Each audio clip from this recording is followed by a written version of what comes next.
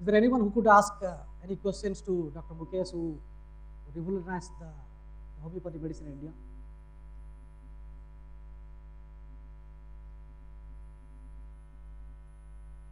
Well, I have a question for you. When I interact with people, because you are the biggest brand and you are spread across the world, people tell that your medicines are very costly. So, how do you address that issue?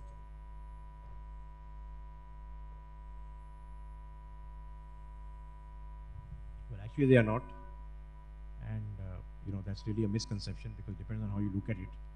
I think for example, like a treatment for say psoriasis, which would otherwise cost a lot of money, anywhere else, would cost us about 12,000 rupees for a year. And even if you take it, for a few years, and you still, a very chronic disease gets all right. So I believe that, that's not actually true. I also believe that you have seen that the amount of money that we've invested into technology, into measuring patient outcomes, into research, I think it justifies the fact that people, when they look for an established brand, they look for a differentiation. And I think we provide that differentiation, and somewhere it comes with the price. Do you feel sometimes being pressurized, the heat of competition coming from the allopathic companies when they consult, because it's the first line of treatment they feel, because homeopathy takes a longer time? Yeah, we used to earlier, but now no longer. I mean, in the last 5 years, things have changed. I mean, I'm happy to say that almost 20% of our patients today are either medical doctors or their families from all our clinics across the country, and a lot of them refer us patients as well, and we also refer patients to other doctors as well. So I think things which we can't treat, we refer to them. Things which they can't treat, they refer to us, or which they believe homeopathy can act better. So I think that's an outdated concept today. I think today everybody is actually moving towards a concept of what works for me best, and towards integrated medicine. Well, ladies and gentlemen, that was Dr. Mukesh Batra, Padma Shri award winner, and he was giving you the insight of what the homeopathic medicine is all about and making it globalize the world. Can I have the memento, please?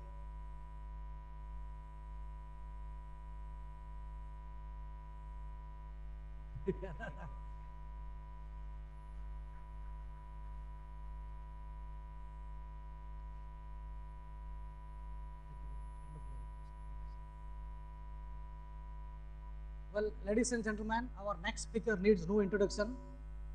He's a close friend of mine. I've known him since last 10 years. This is the most washed out session, I could say, that because he's one of the youngest doctor, but he can compete with all the biggies in the medical profession. When he finished his MBBS, his father, Mr. Adi Joshi, asked him, why do you want to go to endocrinology? There is no scope in that way where you could proceed. He told, my mind is that. It reminds me that when Sachin Tendulkar is into cricket, he was totally engrossed into that profession. His name is Dr. Shashank Joshi. It's my privilege to have you here, sir.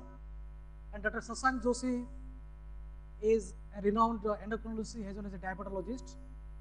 He is going to take us through the evolving, changing prescription behavior of the doctors. Ladies and gentlemen, please give him a huge round of applause to Dr. Shashank Joshi. Dr. Sasank is one of the top 10 doctors according to our Pharma Leaders survey. When we took the survey from the range from 40 to 60, he was ranking on the top 10. No wonder when he goes, wherever he speaks, it creates that kind of vibration. And I'm sure that vibration is going to come over here. Dr. Sasank, please. Thank you very much. So Brahma has not changed, and I think his memory I need to refresh a little bit. I think I've known him for 15 years. He was known as a very good activist writer, and now I don't think he has changed at all. He still remains to be a very vibrant human being. And when he called me a couple of days back, probably a month back, he sent me a nice email that you have to come and address. He told me a title which I felt was completely inappropriate in the medical ethics, and probably wanted me to be having some MCI coming behind my back or something. But what he told me to discuss is what is the fate of the Indian medical doctor. Keval made some pot shots at me. Fortunately, Dr. Batra came to some of my rescue. He asked me, should I do some slides? I said, I am going to be sandwiched between people of all slides with high-tech people. I am an ordinary daily wage earner. Okay, all doctors are daily wage earners. We are not like Dr. Batra. I wish we were like him. Okay, so he's a corporate. We are just human beings who have to make differences in people's lives. And I think when we took medicine, okay, that is a different story 30, 40 years back. And that Indian medical profession was very different then and is very different today. I joined MBBS in 84, and that time we were as medical students on strike because we were against the private medical colleges. And there were around 110, 120 medical colleges in India. And it used to take 4.5 years for our curriculum, then 1 year for internship, another 3 years for MD, and then probably you could start practice. That is where we started. Later on, the number of private medical colleges came in very rapidly. There are almost 250, 300 medical schools in India today. The medical seats are sold now, and the cost of any medical seat now for MBBS is 50 to lakhs to a crore. And as you go higher and higher for PG, it's more difficult. And if you ask a survey of all medical doctors whether you would like to see their kids in medicine, 80% will say no. They don't want their children to go to medicine because it's a very arduous task. Now I just want to tell you, most of y'all, very few are doctors, and here in this I can see Jumani, I can see Vaishnav, but most of us need to spend 5.5 years doing just MBBS. After that you need to do another 3 years of MD. After that you have to do another 3 years of DM. Then it's not sufficient to be having the highest degree in India, so we have to go to UK, USA, many people say wahan pe naha dho ke aana chahiye, to get more polish. So the Batra was very kind to quote Mayo, where I was for a few years, and we do their meetings every year here.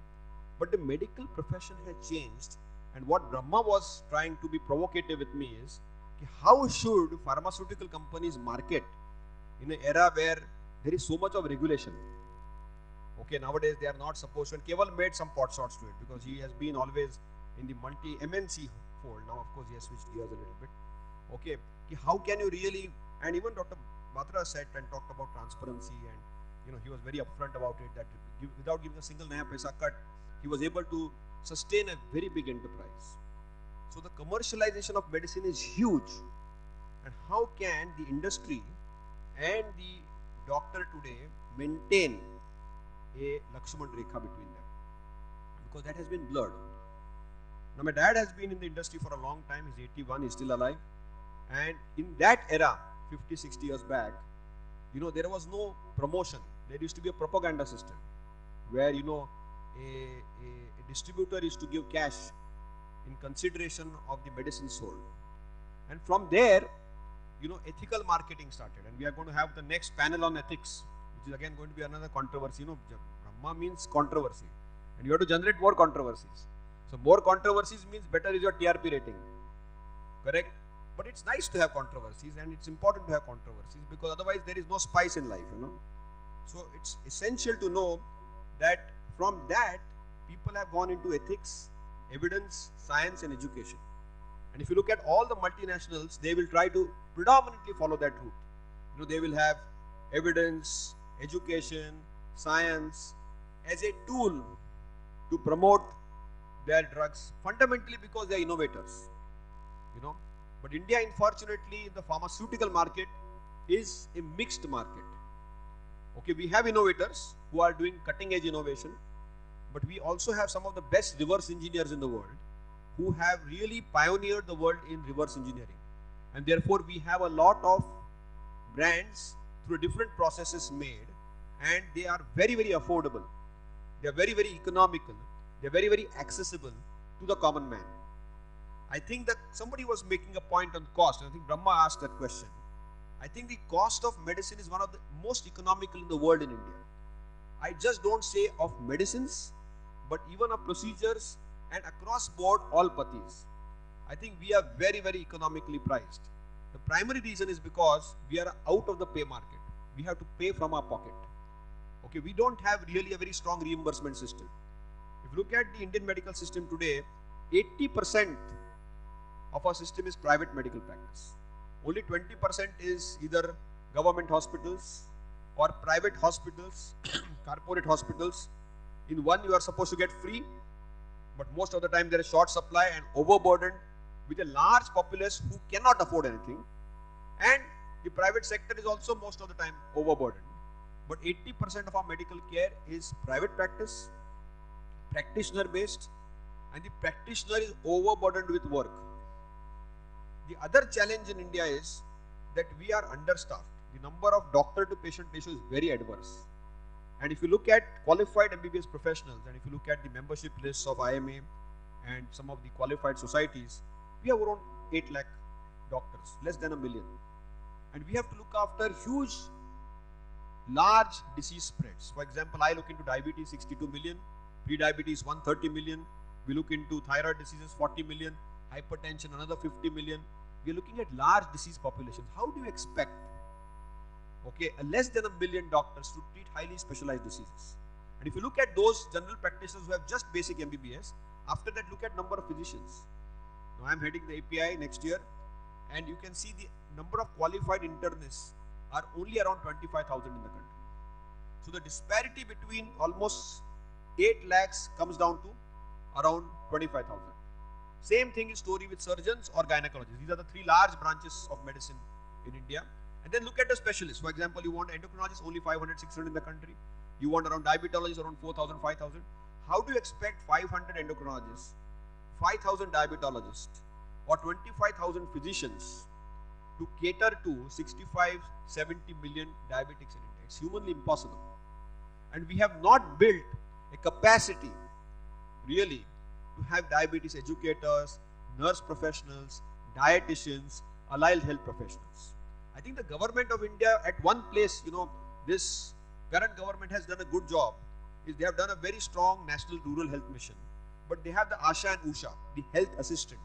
And I think that is a very good cue the government has adopted. But their problem was because doctors don't go to rural areas. So they had to get allied health professionals as medical service help. But remember, it is equally important for medical professionals in India to get allied health professional help. And if they are able to do that, automatically there is an avenue to improve the number of people and the quality of care they can give across therapy segments. So I think that's an important aspect. And in this current era, and Keval made a passing mention about GSK example, and I think Hasid is going to talk after me about the declaration they have made that they are going to stop payments to doctors. They are going to just, after that China fiasco which they had, I think it's very critical that increasingly the pharmaceutical industry and the doctors, the transactions they have between the two of them are under huge scrutiny, both from medical council, both from the pharmaceutical council, as well as from people at general. We are today in an era of social media, internet. Somebody was saying, Dr. Batra made this point about people being, Google doctors. I think 99% of what is there on net is garbage. Okay, garbage in, garbage out. Anybody can write anything. Medical treatment and medical science is highly evolved. Okay, and evidence-based changes all the time. You can't just go on a Google and decide how you should be treated. Okay, so sometimes it might be useful for patient education if it's an appropriately well vetted patient educational site. But to make critical decisions on critical cases in complex disease processes, I think it is extremely detrimental. In fact, as a doctor, often I get, Google iPad patient. They come with printouts, large printouts. I'm sure all of us, and then they are highly intrusive and they want to take time. So all I do is I keep those printouts, I give it to my assistants to read, and I call those patients after a couple of days because it is humanly impossible. They feel that they know everything. They think that after Google doctor they have become MD, DM, FRCP, whatever they want. And this is something which the industry can provide the doctor.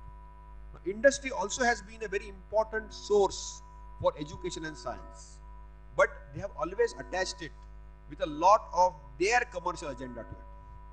And that is why there have been a lot of regulation even in the industry to try to make it more and more transparent. So I think if you really see that the Indian medical doctor is really in challenges, he doesn't have time, so he needs to give quality time to his patients. Okay, he needs to be abreast what's happening latest. What I read during my MBBS time in pharmacology, those drugs, if I see that pharmacology textbook today, it's almost outdated. And who am I looking forward to know that information? Okay, I have to either attend an Indian medical conference or an international medical congress, or depend on the industry for that information as a resource. And unfortunately, none of these avenues are able to meet that unmet need. So if you really want to build a good bridge between the industry and the doctors, you really need to bridge that well without having an agenda. And I think therefore education, science is the order of the day.